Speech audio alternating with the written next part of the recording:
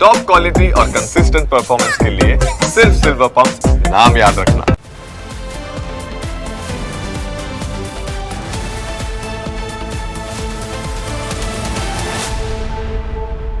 સૌથી પહેલા વાત કરીએ સાબરકાંઠાના પોશીનામાં ધૂણતા શંકર ભુવાજી વિશે।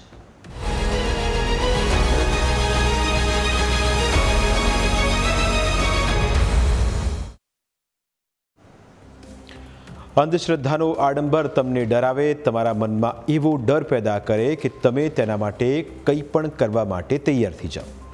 આવું જ કંઈક સાબરકાંઠાના અંતરિયાળ ગામોમાં પણ ચાલી રહ્યું છે। 21મી સદીમાં જ્યારે માણસ મંગળ ઉપર ઘર બનાવવાની વાતો કરી રહ્યો છે, ત્યારે આજે પણ આપણા સમાજના કેટલાક હિસ્સાઓ અંધશ્રદ્ધાના અંધકાર નીચે ડૂબેલા છે। એક તરફ વિજ્ઞાન જે તર્ક અને પુરાવા પર ચાલે છે, તો બીજી તરફ અંધશ્રદ્ધા છે જે ડર અને અજ્ઞાનતા પર ટકેલી છે। સાબરકાંઠાના અંતરિયાળ વિસ્તારમાં ઓનલાઈન મેલડી માના નામે શંકર નામનો ભુવાજી લોકોને અંધશ્રદ્ધાના નામે આકર્ષિત કરી રહ્યો છે। આ ઢોંગી ભુવાના વિડીયો જોશો તો તમે પણ આશ્ચર્યચકિત થઈ જશો। આ દ્રશ્યો છે સાબરકાંઠા જિલ્લાના પોશીના વિસ્તારના, જ્યાં હવે ભુવાજી ગાદી ઉપર બેસીને નહીં પરંતુ સોશિયલ મીડિયા થકી ભક્તોને ઓનલાઈન અંધશ્રદ્ધાના માર્ગે દોરી રહ્યો છે। પોશીના વિસ્તારમાં ઓનલાઈન મેલડીમાં નામથી શંકર ભુવાજી લોકોને અંધશ્રદ્ધાના માર્ગે દોરે છે। તે દાવો કરે છે કે માતાજી ગર્ભમાં રહેલા દીકરાને પણ દીકરી કરી શકે છે અને ત્યારબાદ તેની શરણે આવેલા લોકોને તે એવા ભ્રમિત કરે છે કે તેઓ ભુવાજીના ગુણગાન ગાવા લાગે છે। ડોક્ટરે શું કીધું તમને? છોકરો છે એવું કીધું તું, અને તમે માતાજીને શું બોલ કરે તો? શંકર ભુવાજીની મેરડીમાં તમે બોલ કર્યો કે મારા દીકરો તો છે, મારે દીકરીની જરૂર છે, તે દીકરી આલજે। દીકરી આપી માં મેરડીએ, બરાબર। ડૉક્ટર કયો મહિનો ચાલુ હતો તમારે? ક્યારે કીધું હતું કે દીકરો છે તમારે? 7મા મહિને ચેકઅપ કરવા ગયા ત્યારે ડૉક્ટર સાહેબે એમ કીધું કે છોકરો છે તમારો, બરાબર। બાધા રાખવાથી દીકરી જન્મી, બોલજે માડી। ડૉક્ટરે એવું કીધું કે દીકરો છે, અને તમારો હું બોલો તો દીકરી જોઈએ છે। આગળ દીકરા છે કેટલા? એક સન દીકરી જોતી હતી। કયા ડોક્ટર પણ બતાવી તું? ખેડ બ્રહ્મા ભાઈ, ડોક્ટર પણ બતાવો। ડોક્ટર કે દીકરો છે ને આ લોકો દીકરી જોતી હતી, મનશંકર ભુવાજીને મેળવીને ટવકો મારે ને તો દીકરાની દીકરી બનાવી નાખું, એ મેળવી ધૂળું છું ભાઈ।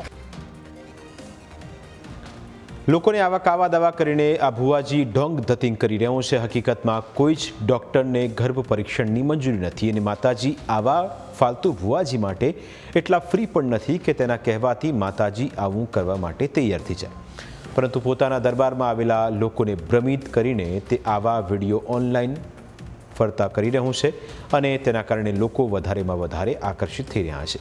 લોકો છેતરાઈ રહ્યા છે। લોકો પોતાના મહેનતના રૂપિયા આવા ઢોંગી ભુવાજીના ચરણે ધરી રહ્યા છે, જેને લઈ લોકોમાં પણ રોષ ફેલાયો છે।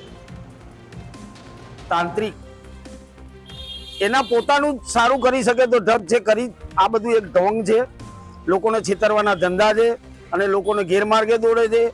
લોકો બિચારા આમે પરેશાન છે, ઉપરથી વધારે પરેશાન થશે। હું માનું છું કે સરકાર આના પર કંઈક પગલાં લે, અને સરકારને મારું નિવેદન છે કે આવા લોકો બિચારા ગરીબ માણસો છેતરાતા જાય છે।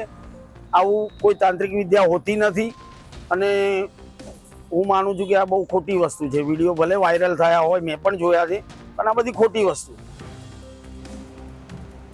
પોતાની બીમારી દૂર થઈ ગઈ હોવાના અનેક વિડીયો આ ભુવાજીએ ઓનલાઈન ફરતા કર્યા છે। આ વિડીયોમાં કેટલી સત્યતા છે તે તપાસવાની જરૂર છે। જો કોઈનું ખરેખર સારું પણ થયું હોય તો તે ડૉક્ટરની દવા અને વૈજ્ઞાનિક કારણોસર થયું હોઈ શકે। આવા ભુવાજીના કહેવાથી પથારીએ પડેલો માણસ દોડવા લાગે તે વાતને આપણા સાધુ સંતો પણ સમર્થન નથી આપતા। આપણે ગુરુ ગંગા ગાયત્રી શિવજીના ઉપાસકો છીએ, તો વર્ષોથી ચાલતી આવેલી જે પરંપરા છે, આપણા બાપ દાદા જે કુળદેવી ઈષ્ટદેવને પૂજતા હોય એને છોડી અને બીજા દેવી દેવતાઓમાં આપણે પડવું નહીં અને અંધશ્રદ્ધામાં પડવું નહીં। શરીરમાં કંઈ રોગ હોય તો કૃપા કરીને મેડિકલ ચેકઅપ કરાવવું ને પછી એનું નિદાન કરાવવું, જેથી આપણે જલ્દી સારું થાય।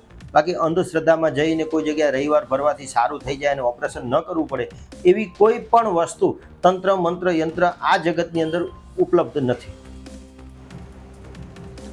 આખરે ઓનલાઈન શંકર ભુવાજી આ બધા ખેલ કેવી રીતે કરી રહ્યો છે, કેવી રીતે તે લોકોને ભ્રમિત કરીને આડંબર કરી રહ્યો છે, તેની કરતૂતો બહાર પાડવાનો વિજ્ઞાન જાથાએ દાવો કર્યો છે. વિજ્ઞાન જાથાને ફિલ્ડ ઉપર છેલ્લા 35 વર્ષથી કામ કરે છે.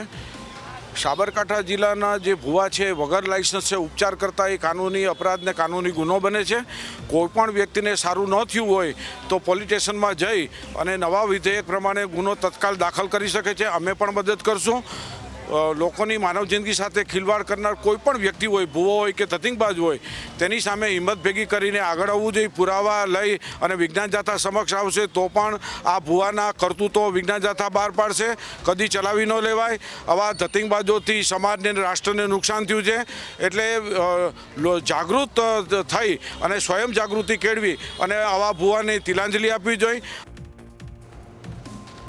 તો બીજી તરફ સાબરકાંઠાની પોલીસ પણ લોકોને અપીલ કરી રહી છે કે તેઓ અંધશ્રદ્ધાના રવાડે ના ચડે, કારણ કે અંધશ્રદ્ધાના કારણે છેતરપિંડી થઈ હોવાના કેસ પોલીસ ચોપડે પણ નોંધાઈ રહ્યા છે. જેને લઈ પોલીસે હેલ્પલાઇન નંબર પણ જાહેર કર્યો છે, જેમાં કોઈ પણ વ્યક્તિને આવી માહિતી મળે તો તાત્કાલિક પોલીસને જાણ કરવા અપીલ કરાઈ છે. આમાં કેટલાક અંધશ્રદ્ધાને લગત વિડીયો વાયરલ થયેલા હતા.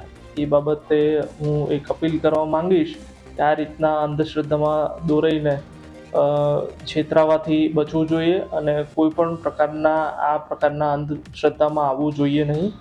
અને પોતાના મિત્ર વર્તુળ અથવા સગા સંબંધીઓમાં કોઈ આ પ્રકારના અંધશ્રદ્ધામાં આવેલું હોય અને છેતરપિંડીનો કે એવો કોઈ ભોગ બનેલું હોય તો તાત્કાલિક પોલીસનો સંપર્ક કરવો. પોલીસ હંમેશા તમારી મદદમાં તૈયાર છે. મહત્વનું છે કે ભુવાએ વાયરલ કરેલા ભ્રામક વિડીયોના કારણે લોકો તબીબી નિદાન છોડીને ઓનલાઈન શંકર ભુવાજી પાસે માનતા લઈ રહ્યા છે અને માનતા પૂરી થતાં લોકો પ્રસાદ અને દાન સ્વરૂપે રૂપિયા પણ આપી રહ્યા છે. દર રવિવારે આ ભુવાજી પોતાનો દરબાર ભરે છે અને તેમાં લોકોને પોતે મહાન કાર્યો કરી રહ્યો હોવાના ઉપદેશો આપી રહ્યો છે. તેના ઉપર રોક લગાવવી જરૂરી છે. જો કોઈ ફરિયાદ ન કરે તો પણ પોલીસે આ મામલે પગલાં લઈને તેની સામે કાર્યવાહી કરવી જોઈએ.